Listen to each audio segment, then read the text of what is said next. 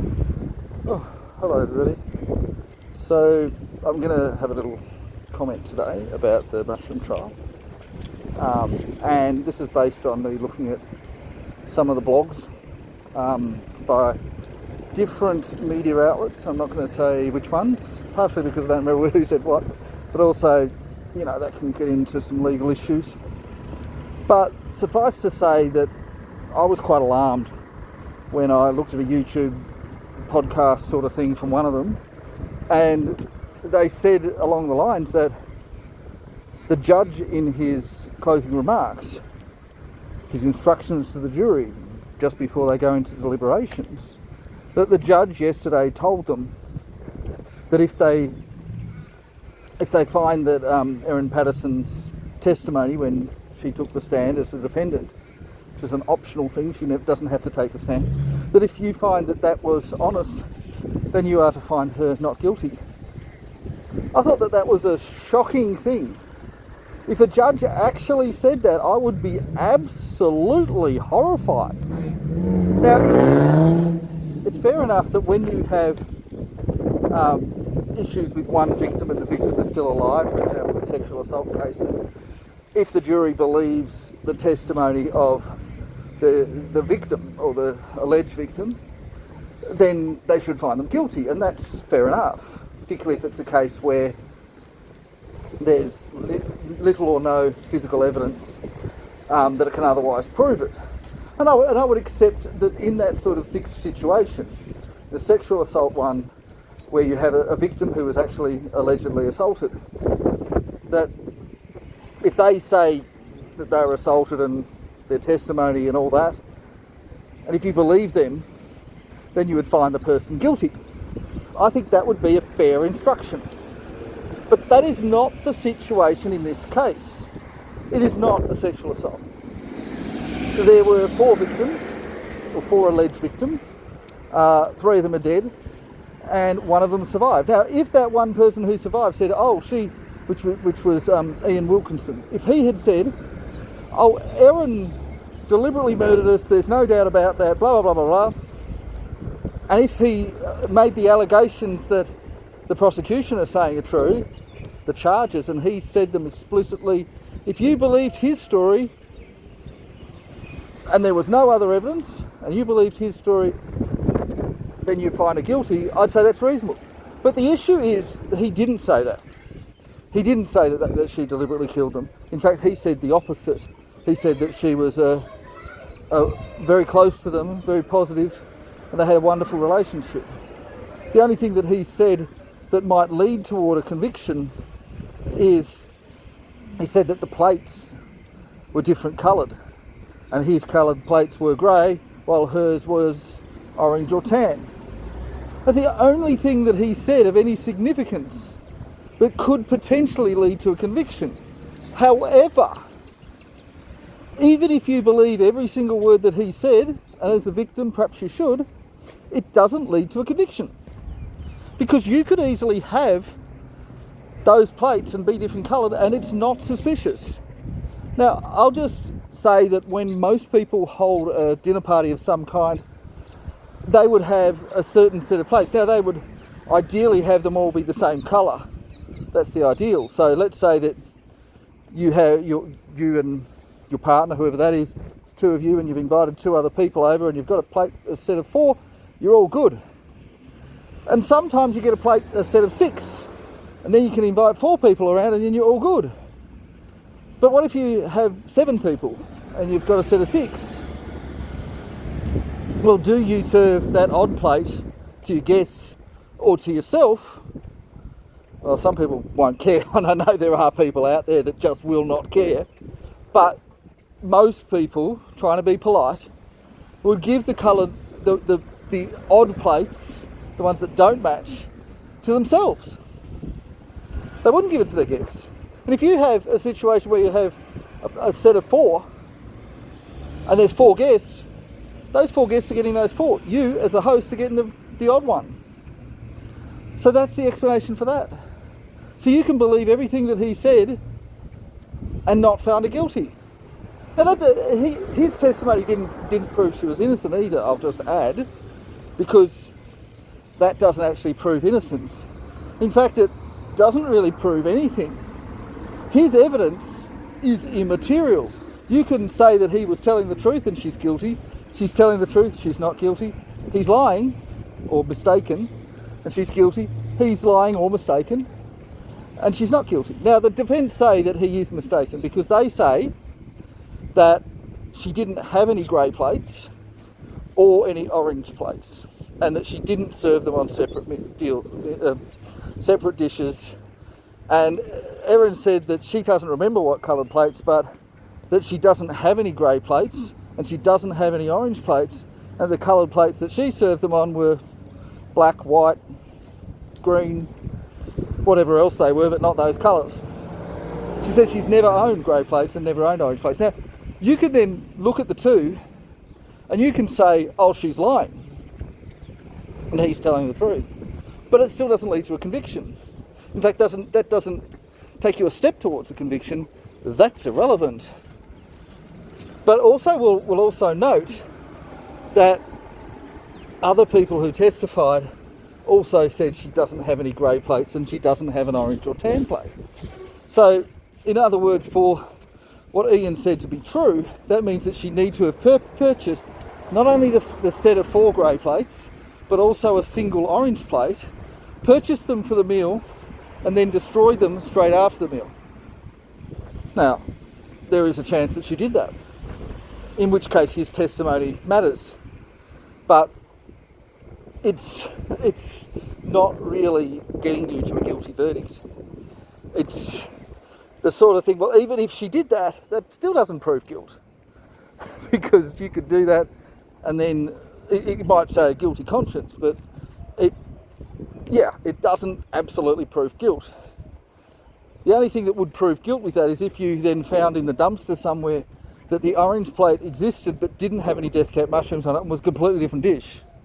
That's the only way where that's relevant. Otherwise, it is irrelevant.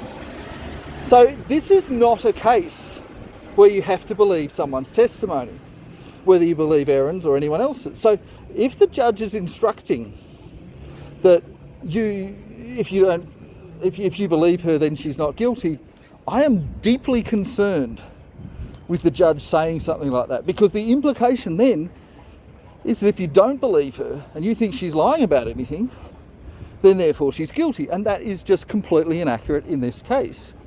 Now again, if you were talking about a sexual assault case where the victim said that they were assaulted and the perpetrator said they didn't, that would be the case, or it might be, depending on the other facts of the case. But if there were no other evidence besides their testimonies, that would be what you'd find them guilty on. Now, of course, that's not a very safe verdict, but there are people that are found guilty based on having believable testimony and having unbelievable testimony from the alleged perpetrator. Personally, I get a bit nervous when you have that kind of thing, and that's why they always talk about motive. And in a case like that, for example, a sexual assault case, and I did deal with a lot of these in my life, in my workplace, different workplaces, but essentially if you have no motive, you would never be found guilty, unless it's a random attack, and very rare with that sort of thing. You do get random murders. You don't generally get random sexual assaults, but you can. So I'm going off the beaten track a bit, but suffice to say that if that was the judge's instructions, I would be completely horrified, because that would mean that the judge is giving incorrect and biased instructions. Because even though, well, firstly, it's inaccurate to say that if you believe her that she's not guilty, because you could believe her and she's still guilty. Because all you need to prove is that she deliberately poisoned them. We know that she poisoned them, but all you need to prove is intent. But they haven't got motive, so how do you get intent without motive? That's difficult. But how they are going to get there, how the prosecution wins, is if they can prove that she didn't eat the meal. Right? And I suppose you could therefore say, well, she said she did eat the meal, so if you believe that, then she's not guilty. Although it shouldn't come down to a belief, because this is a case where you have physical evidence. You have quite a lot of physical evidence, and it is physical evidence that proves it one way or the other, quite definitively.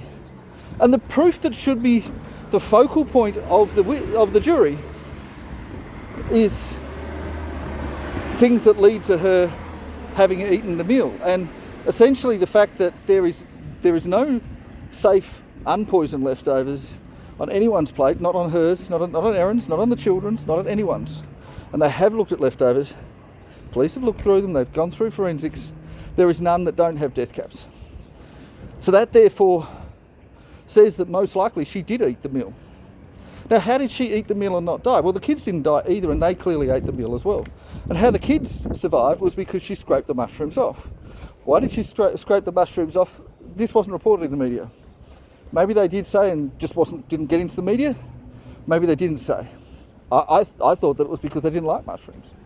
But who knows why? Perhaps they said, oh, that looks yucky, that smells funny. Who knows? I don't know. The media have decided to omit that bit. Either that or they didn't say it, but I'm going to guess that the media did hear it, but just chose not to report it. Thank you, media. But the thing is, if she ate them, and we know that she vomited straight afterwards, or very soon afterwards, because soon after eating it, she said she still felt hungry because she gave herself such a small portion because she was trying to show off to them that she was trying to lose weight, which was a complete lie. Because, well, I mean, maybe she was going for weight loss surgery, but the smaller portion thing was a lie, because yes, she gave herself a small portion, but as soon as they left, she went into this orange cake she had sitting on the bench or tuck it away somewhere, and she just chowed down on it. She said she ate the whole thing, or was planning on eating the whole thing, until she got sick and started vomiting it up. She said she vomited up because it was off. How much of it we don't know. We don't know how much of it she ate, but suffice to say, she ate a big lot of it because she was hungry, because she'd served herself too small a portion to fill her up. She wasn't hungry because of death cap mushrooms. She was hungry because she's used to eating more than that, because she's fat. She didn't want to admit that to anyone, which is why she gave herself a small portion. And if she did have the small plate, that's why it was a different colour, because she was trying to say, hey, look, I'm healthy, I'm eating well, which was a lie, but so be it. So we know that she survived from vomiting, or at least had she eaten it, her vomiting probably is why she survived. Now, the defence have also said, well, she is overweight, that probably also helped, and also she's a bit younger, so that may have helped. And also, of course, we know in a beef Wellington it's very difficult to get the ingredients evenly spread, and also the fact that she combined edible mushrooms with death cap mushrooms. We don't know how big a proportion of each. Could well be that some part of that paste had no or little or no death caps and other bits had more. So there's all sorts of factors for why she could have survived other than her not eating it. It's not necessary that she didn't eat it. It's quite plausible that she did eat it. And if you believe that she ate it, she cannot be guilty. Now, in theory she can, because if you think it was a murder-suicide, or if you think that she honestly believed that by forcing herself to vomit later on, that saved her life, okay, she could still be guilty. But of course, the prosecution have not said that she didn't eat the cake. They just said they don't care. It's irrelevant because she didn't eat it. So we have to accept that she probably did eat the cake. The prosecution says that's irrelevant. She was just eating a cake anyway. She didn't have the mushrooms. Or even that she ate the cake to make herself vomit so that it appeared as if that expelled the mushrooms, but she didn't eat it in the first place. The prosecution could have gone through with the line that, oh, she ate the cake, she ate the death cap mushrooms, but then forced herself to vomit later, that's why she's guilty. But they didn't do that. And I'm going to suggest the reason that they didn't do that is because you can still die if you do that. If you eat death cap mushrooms and then force yourself to vomit, it's a risky strategy. You can still die from that. And unless she's being very precise, that's a risky strategy, so they didn't want to go that way. So jury cannot consider that. They cannot consider that she ate the meal and then forced herself to vomit so that she was still guilty. They have to consider either she ate the meal and is not guilty, or she didn't eat the meal and is guilty. Now, Of course, she could have not eaten the meal and still been not guilty if there was some reason that she had it in separate parcels, other than trying to get them poisoned, and it was just random that one happened to not have death cap mushrooms or not enough. Of course, the big issue then is, did she cook separate parcels? Now, there's no evidence from any witness that she did. There's no physical evidence that she had separate parcels. And in fact, it's so implausible to cook separate parcels that we may as well say that could not have happened. So why is the judge making this claim that's not true? Then I listened to another podcast and it didn't say that at all. Another podcast didn't mention it. It still tried to make her sound guilty, but in a completely different way. Oh. So did the media outlet that's claimed that the judge say that, did they lie? Did they just blatantly lie, as they've done, and you can just Google this. So many media outlets have just blatantly lied about this case, and they've been prosecuted for it successfully. They've been having to retract different things, but they keep doing it. They're not allowed to, but they are. So many have lied about this case. I would not be surprised if that claim that the judge said all that was a complete and utter lie. Because I think it'd be surprising for a judge in their summary remarks to say something that inaccurate. Anyway, that's all that I have to say about that. Bye-bye now.